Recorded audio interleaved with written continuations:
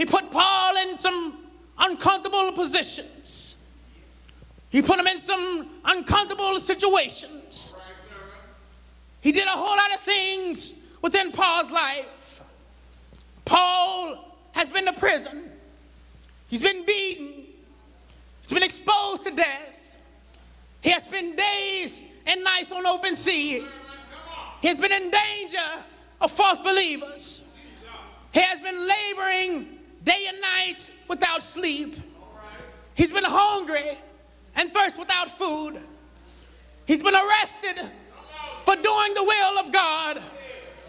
But all those times that Paul was tried through the fire, God has never left him.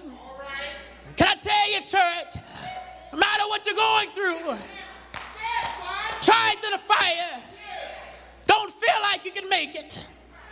God will he'll never leave your side. In fact, God will reward those that diligently seek him. What I've gathered, before God can use you, has to put you in a place where you can be useful. Before God can use you, he's got to put you in a place where you can be useful. I'm not saying that you have to endure a lot of afflictions, but what I'm saying is sometimes God wants to know how bad you want the things that I ask him for. You don't have to go through a lot of afflictions, but sometimes God wants to know how bad you want it. How bad you want what you're asking me for. Surely I can give it to you. I can give it to you right now. But can you handle it? Can you handle what I got for you? Hanging over your head, but you ain't ready. You can't mistreat what I give you. You ain't ready for it. Got to go through some more things to get you ready. Paul was given a handicap. He's given a thorn to keep him grounded. He's given a thorn to keep him in touch with his limitations. What we cannot handle, church, he'll pick up the slack. What we can't handle, God will pick up the slack. No man can do anything without the help of the Lord. And I don't know about you, but I can testify that all of my help comes from the Lord. Every piece of it, every bit of it, every ounce. Can't move without him. Can't breathe. All of my help comes from the Lord. Sometimes we need to be reminded of who's in charge. You don't run nothing. Sometimes we need to be reminded of who's in charge. Get so caught up in doing our own thing and making our own way until we forget to look up sometimes unto the hills which cometh our help. All of our help comes from the Lord. Every bit of it, every ounce. Who you thought brought you this far? Same body. I know we don't have a pastor, but who do you think brought you this far? It wasn't you. It wasn't because of your good works. It was all because of God. And who do you think is going to bring you through this life? It's God. God does things. They allow things to happen to keep you grounded. Everything happens and it operates by his authority. Man, we have limitations. We can only do so much. But God is sovereign. God is in control. Can place things where you want to. Nobody can say nothing. Can't nobody move it when God puts his hands on it. God use Satan to get your attention. God will use old evil Satan to bring out the good in you. God will use that old evil one to bring out the good in you. And God would even use your enemies to teach you how to pray. He'll use your enemies to teach you how to pray. You see, folk, they're doing things they think they're doing out of their own power, mistreating you and abusing you. But all they're doing is making my seat in heaven, making me closer to God. More you talk about me, mama bend my knees. More you talk about me, I get closer to the Lord. I've learned how to pray. I didn't know how to pray, church, till I started praying for those that despitefully use me. Folk that have strife against me. You see, it's easy to pray for those who love you. But how hard it is to pray for folk you know hate you. Folk you know that can't stand you because you're doing the will of God. Just hate to see you coming. They don't want to see your face. Don't want to see you smiling. Just make them mad. But God said, I'll make your enemies your footstool. You got to see me. When God bless me, you got to see me. He'll make your enemies your footstool. God will use Satan to help you and teach you how to pray. Satan get on you. You can't fight a spiritual war with fleshly things. You got to bend your knees. Pray to God. Take care of you. This thorn that Paul is dealing with. It's not written in the text, but it's understood that this thorn is a weakness to his flesh. This weakness that Paul is struggling with, something that the devil is using to buffet with him. To buffet means to strike against repeatedly. In fact, this thorn is, if you think about this thorn vividly, you can imagine the devil striking Paul with his weakness. But isn't that just how the devil works? He will strike you with your weakness. He will not use any new tricks. It's the same thing over and over again. It's not the new things that bother you, but it's that itch you can't let loose. The devil keeps bringing back to you. The devil is not gonna waste time bring you things that doesn't intrigue you. If depression is man's weakness, then the evil one will remind you that you're not good enough. If your weakness is the lust of the flesh, then believe me when I tell you, the devil will bring you your appetite. He'll bring you whatever you like. He'll bring you your appetite. Some folk may have a weird interest. That appetite will be brought to you. It'll entice you, show you what you like. But everything good, look good, it's not good for you. Everything that look good, it ain't good for you. If man's weakness is fear, he will try to cripple you with your insecurities.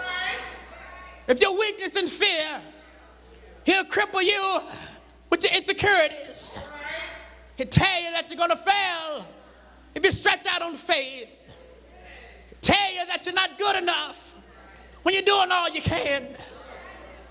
He'll tell you that you're a failure when God simply told you, I'll never leave you nor forsake you. Tell you that you're all alone when one person turn their back on you. Give up the whole project because of one person. Fear will cripple you. Satan will work on your insecurities. Whatever your weakness is, church, Satan will use that against you. We should be like Paul. He says when Satan's angel did his best to get to him, Paul got into a secret place and he called upon the Lord. Paul matured to this part in the text because he learned not to try to fight a fight of flesh when Satan attacked him, but he learned how to pray to God to protect him. Paul, he matured in the text. He did not use a fleshly fight, but he used a spiritual fight. And that prayer, Paul realized who was in control. This transition was not easy, but I believe it was worth it. And verse 8 says the thing that Satan was buffeting against him was weighing him down. This thorn was sent as a messenger of Satan. But God, he took what was evil and ruled it and used it for his good. Can I tell you that everything works for the good of those that love the Lord, are called according to his purpose. And if God has claimed you, he's called you, set you apart, put you on a mission. And if you have nothing else, he told us all to go ye therefore, teach all nations. Everybody's got a commission. Everybody's got something to do. God used what the devil thought was evil and used it for his good. That's how God works within our lives. What was meant to beat us up, what was meant to tear us down, God turned it around and used it for his glory. He besought the Lord 3 times that what his weakness was to be taken away. The gift of the thorn of the flesh, I assume it was a daily denial. This gift of the thorn of the flesh was a daily denial. Something that you deny daily. It's not easy. A daily denial of the cross. It pleased God. And I'm reminded of when Christ was speaking to the disciples. He said, if anyone wishes to come after me, must deny himself, take up his cross, and follow me. And I pondered on this text. I thought about it because the thorn Paul was given was a gift. And what purpose does a thorn serve? This thorn was a gift. But what purpose does a thorn serve? A thorn hurts. It's not healthy. It's uncomfortable. It pushes you to a vulnerable state, puts you in a vulnerable position. But then I understood that if it was not for the thorn, that Paul would not be able to sustain what God was giving him. He would not understand that it was not himself holding himself, but it was God holding him up. If it was not for the thorn, Paul would not know how it feels to be exalted above his measure. And what I got from the text was that when you yield to God, God will give you revelation. When you yield to God, he'll give you revelation. If it was not for the thorn, Paul would not know how to push to prayer. He would don't know how it feels to be pushed to pray. God is the giver of good and perfect gifts. Paul was exalted above measure because he was exalted by God. Paul begged God to remove the thorn because the thorn was uncomfortable. God did not remove the thorn, but he gave him grace to bear it. God gave him enough grace to endure the thorn. Whatever Paul was dealing with, God gave him grace to bear it. And there is no temptation that will overtake you because God has given you a way out. And that way is Jesus Christ. God gave Paul a promise that I'll be right there with you until the end. He said, my grace is sufficient. Grace is all you need to endure the storms that's in your life. The times when we acknowledge our weaknesses and when we realize where our help comes from, when we realize our weaknesses, the time we realize that the Lord is our strength. The troubles are supposed to drive us into prayer. But how do we act? How would we react when we do not receive the answer that we are expecting from God? Do we continue to serve him? Do we continue to love him? How would you respond? The answer you thought you was going to get, you didn't get it. Is God still worthy to you? The weaker we are, the more we realize that God is in control. And the more we realize we're weak, the more we pray to the one that is over our lives. What Paul was praying for, he was refused. But what he received was of a greater value. What Paul prayed for was refused. But what he received was of a greater value. Paul desired a natural thorn to be removed, but instead he was giving a supernatural grace. Paul wanted a natural thorn to be removed, but instead he received supernatural grace. During times of need, times of struggle, we cannot look at ourselves because we will get stressed. We cannot look at others because they will get depressed. But if we look to God, church, I tell you, you will receive your rest. The grace of God is continuing favor. The favor is God's unmerited grace upon us. He's the one that's going to give you what you need without hesitation. Paul is enlightened to understand that even though he has a thorn in his flesh, he's not alone in this race. God is right there by his side. So whenever infirmities have allowed you to face them, you're able to conquer them because God is right there with you. Don't fret when you face a thorn in your life.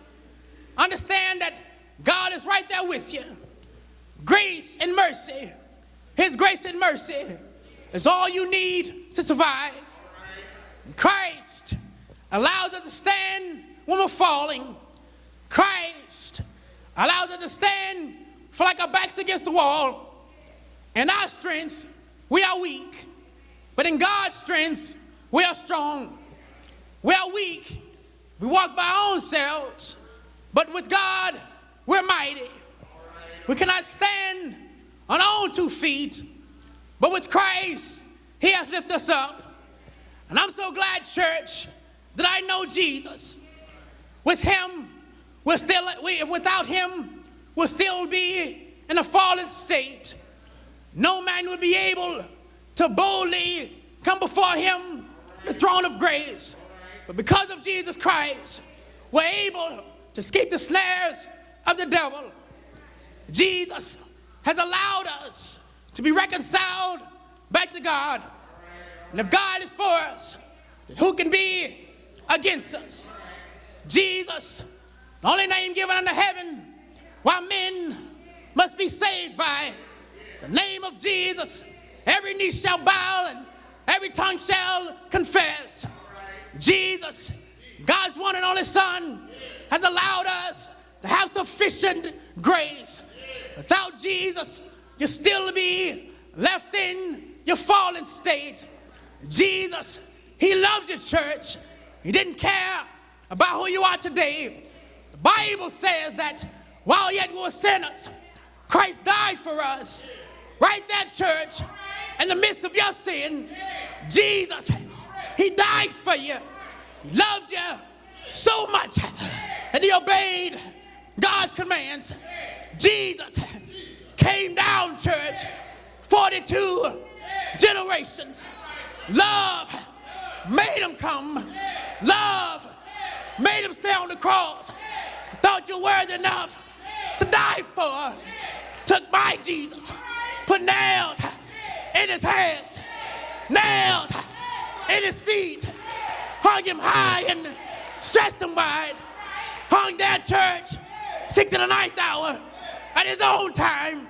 He died, church, for you and me. He died for you and me. Died, church, for you and me. But that's not how the story ends. 3 days later, 3 days later, 3 days later, 3 days later, 3 days later, he got up. All power, all power, all power.